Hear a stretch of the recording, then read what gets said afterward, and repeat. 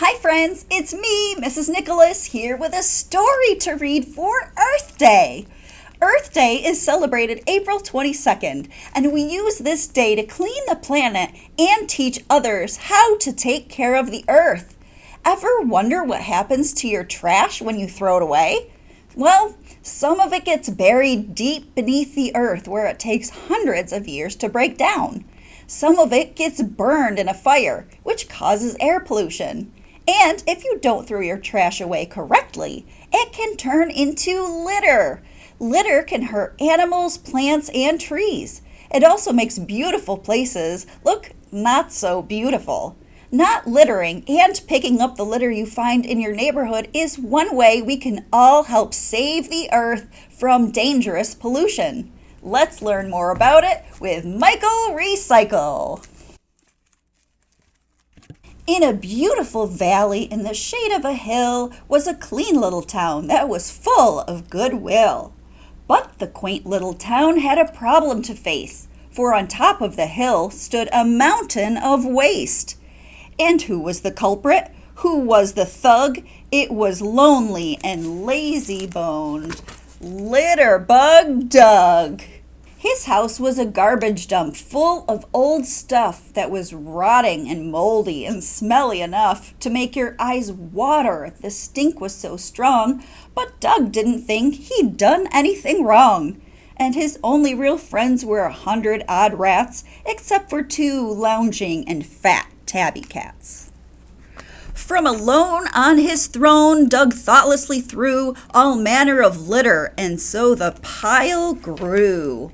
A rotting banana, some moldy old cheese, faulty fridge freezers, and smashed up TVs. Chewed up old candy that was no longer sweet. All kinds of Doug's clutter was hurled on the heap. And then, to the joy of the 100-odd rats, Doug even got rid of his 2 tabby cats. The cats were so plump that they made the dump fall.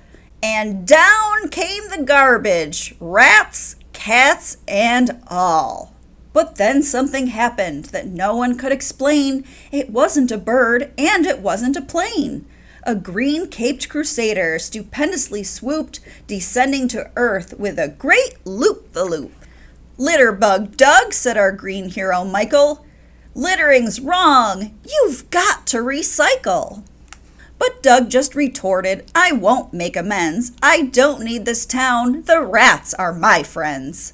"But Doug, don't you care that the litter you've hurled is rotting and wrecking and polluting our world?"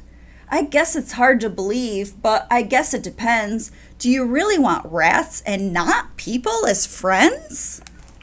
Then, thinking aloud, Doug said, "I suppose they do give me fleas and they nibble my toes. They make such a racket, their hygiene's not great. I'd love some real friends, but is it too late?" "Of course not," said Michael. "All hands on deck. If we work hard together, we can save you just yet." They formed a big chain from Doug's dump to Michael to sort out what's garbage and what to recycle. And soon all the town was so neat and pristine, the only thing left was to give Doug a clean. And now he was neater and no longer smelled, so they gave him a job at which Doug excelled. Now watch out, don't litter or drop one small piece. He's there in a flash. Doug's the litter police. And that's the end of our story, friends. There are some tips in the back if you want to check this out from the library on how to recycle and how to clean up the planet. I'm so glad that Doug changed his littering ways. You guys can recycle too.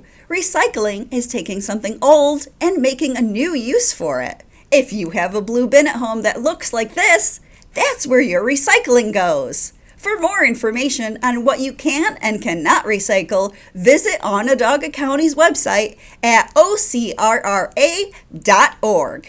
Thanks for joining me, friends, and keep the earth clean.